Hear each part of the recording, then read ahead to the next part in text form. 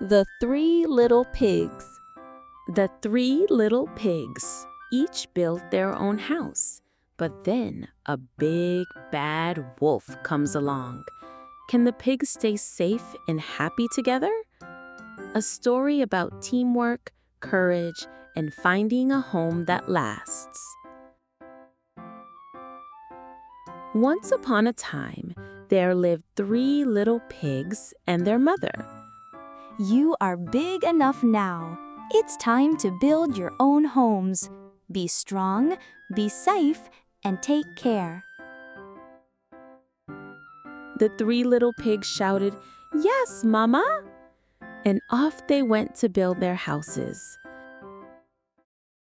The first little pig loved to play.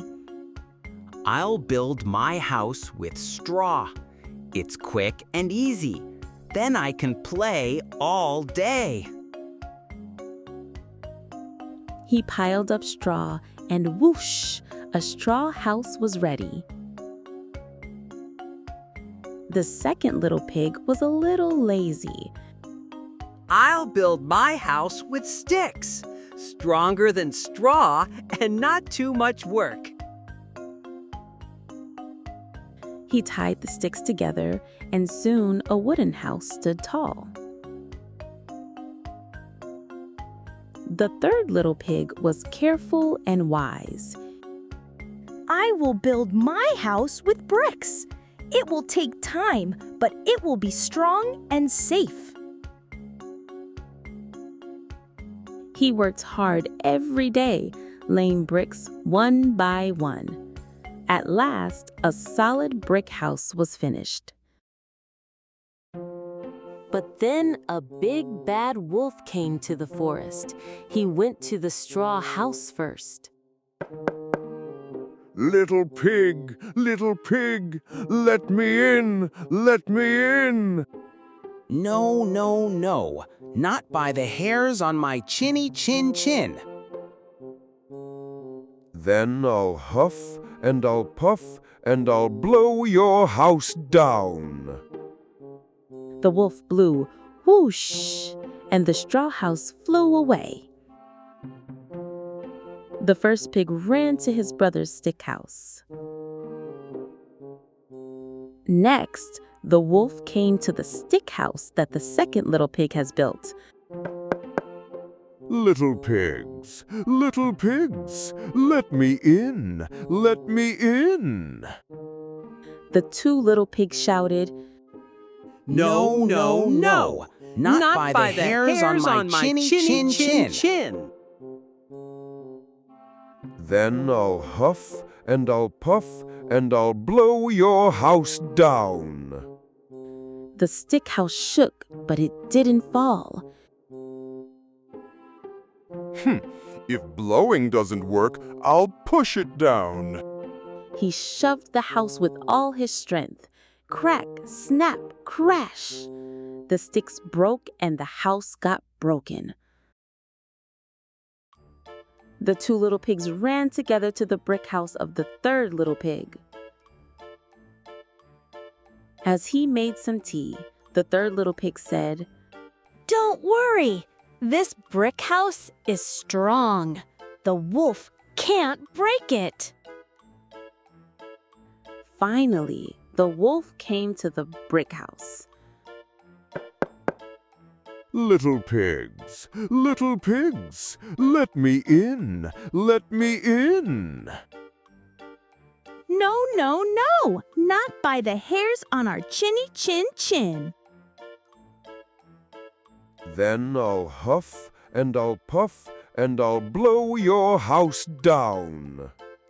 The wolf blew with all his might, but the brick house didn't move. Then I'll push it down. The wolf pushed and shoved, still nothing. Grrr. Then I'll climb onto the roof and come down the chimney. The wolf climbed up to the roof. But inside, the third pig had a clever plan. He put a big pot of water on the fire. The water bubbled and boiled. Down the chimney came the wolf. Splash! Right into the hot water. Ouch! Ouch! Ouch! Too hot! He jumped out and ran far, far away into the forest. From that day on, the wolf never came back to the forest. The three little pigs spent wonderful days safely. They worked together, stayed kind to each other, and lived happily ever after. The end.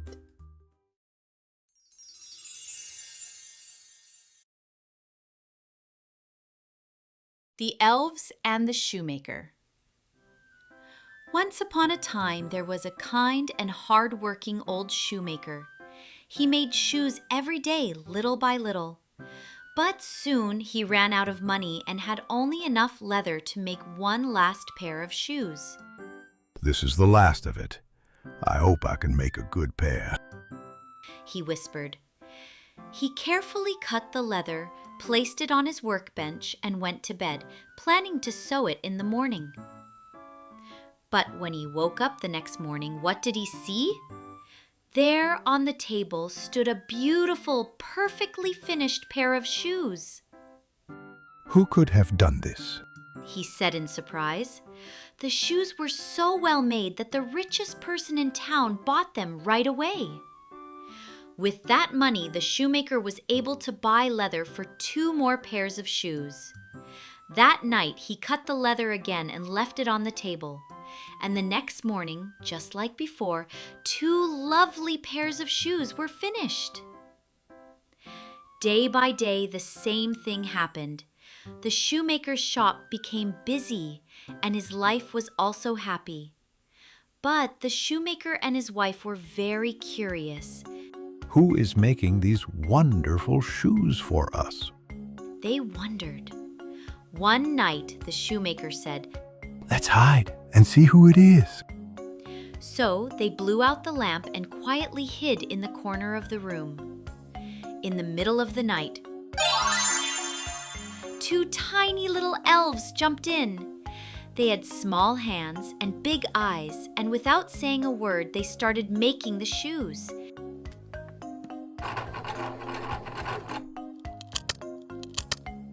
They worked so quickly and so skillfully. Oh my, how amazing! Whispered the old woman joyfully. The next morning, the shoemaker and his wife decided to thank the elves. They must be cold. Let's make them some clothes, said the old woman. She sewed 2 tiny shirts, pants, vests, and little coats. The shoemaker made 2 tiny pairs of leather shoes.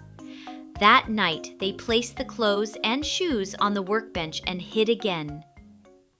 Soon enough, the little elves arrived. When they saw the clothes, their faces lit up with joy.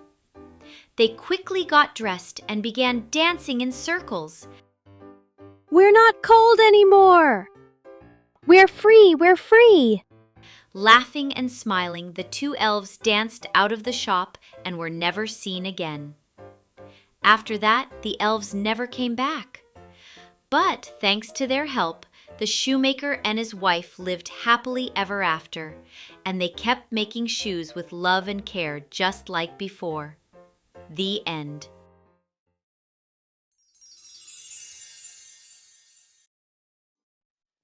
The Wolf and the 7 Little Goats. Once upon a time, at the edge of a forest, a mother goat lived happily with her 7 little kids. One day, she decided to go into the woods to look for food. Listen carefully, children, she said. While I'm gone, never let anyone into the house, especially the big bad wolf. You'll know it's him by his rough voice and his black paws. Yes, Mama. The 7 little goats answered cheerfully. But the big bad wolf had been watching from the trees. Now's my chance. The mother is gone and the kids are home alone. As the kids played, there was a knock at the door. Who could that be? Hello, my darlings. It's your mother. Open the door, said a voice. But the kids were smart. No, you're not, Mom. Her voice is much more gentle. You're the wolf. The voice was deep and scratchy. It didn't sound like their mother at all. Disappointed, the wolf went to the bakery and asked for some flour. He stuffed his mouth full of it to soften his voice. Then he returned to the goat's house and knocked again. Hello, my darlings. It's Mother. Just listen to my sweet voice. But when the kids peeked through the crack in the door, they saw a black paw. Mom's paws are white. You're the wolf. So the wolf sprinkled flour on his black paws to make them look white. Now he had a sweet voice and white paws. He was ready to try again. Hello, my darlings. I'm home now, said the wolf in a gentle voice.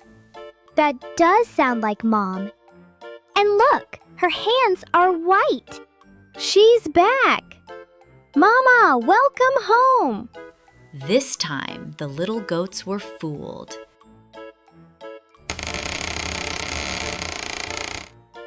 The door flew open and the wolf jumped inside. The kids scattered.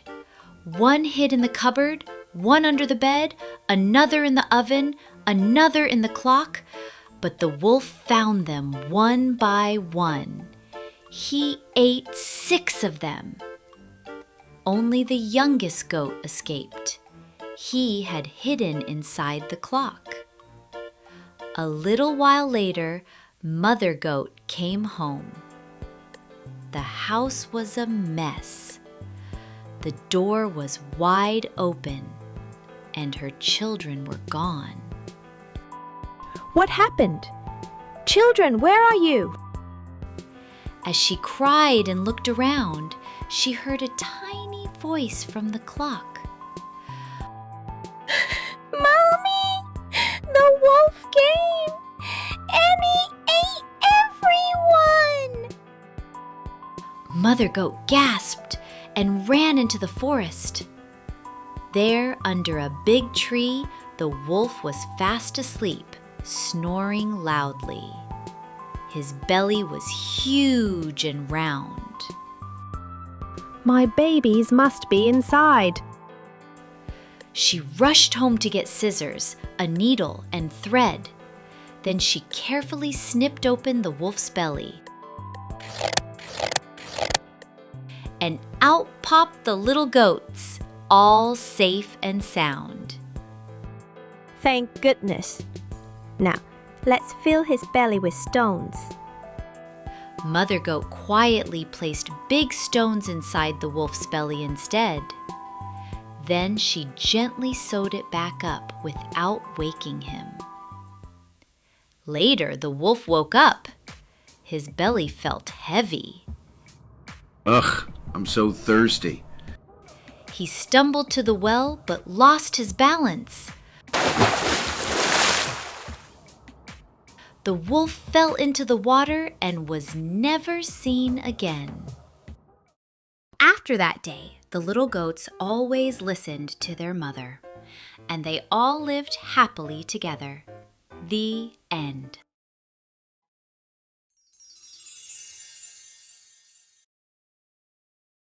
Little Red Riding Hood. Once upon a time, there was a girl who wore a red hood. Everyone called her Little Red Riding Hood, and they all loved her very much. One day, her mother said, Hey, Little Red, Grandma is sick. Can you bring her this bread and wine? Go straight to Grandma's house. Do not stop on the way. Little Red Riding Hood said, Okay, Mommy. She took the basket and went into the forest. As she walked, a big wolf came up to her. Hello, Little Red Riding Hood. Where are you going? I'm going to my grandma's house. She is sick. I'm bringing her bread and wine. How kind. Where is your grandma's house? She lives deep in the forest, under a big tree, between 3 tall trees. The wolf had a sneaky idea. He wanted to get to Grandma's house before Little Red Riding Hood. Look at all the pretty flowers. Why don't you pick some for Grandma? Little Red Riding Hood smiled. Oh, that's a nice idea, she said. She stopped and began picking flowers. The wolf ran quickly to Grandma's house. He knocked on the door. Who is it? It's me, Little Red Riding Hood. I brought you a gift. When Grandma opened the door, the wolf jumped in and swallowed her whole body. Then he put on her clothes and got into her bed. Soon, Little Red Riding Hood arrived. Hello, Grandma. It's me, Little Red Riding Hood. Come in, dear, said the wolf in a soft voice. Little Red Riding Hood walked in, but something felt strange. Grandma, why are your ears so big? To hear you better, my dear. Grandma, why are your eyes so big? To see you better, my dear. Grandma, why is your mouth so big? To eat you better. He jumped out of bed and tried to swallow her too. Just then, a hunter was walking by. He heard the noise and ran inside. He saw the wolf, rushed into the house, and saved Little Red Riding Hood.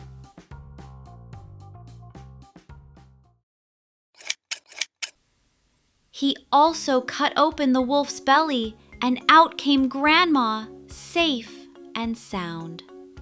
Little Red Riding Hood and Grandma hugged each other. They were so happy to be safe. Thank you, Mr. Hunter, said Little Red Riding Hood. After that, Little Red Riding Hood said, I will never stop and pick flowers again. I will go straight to Grandma's house next time. And she always listened to her mother after that. The end.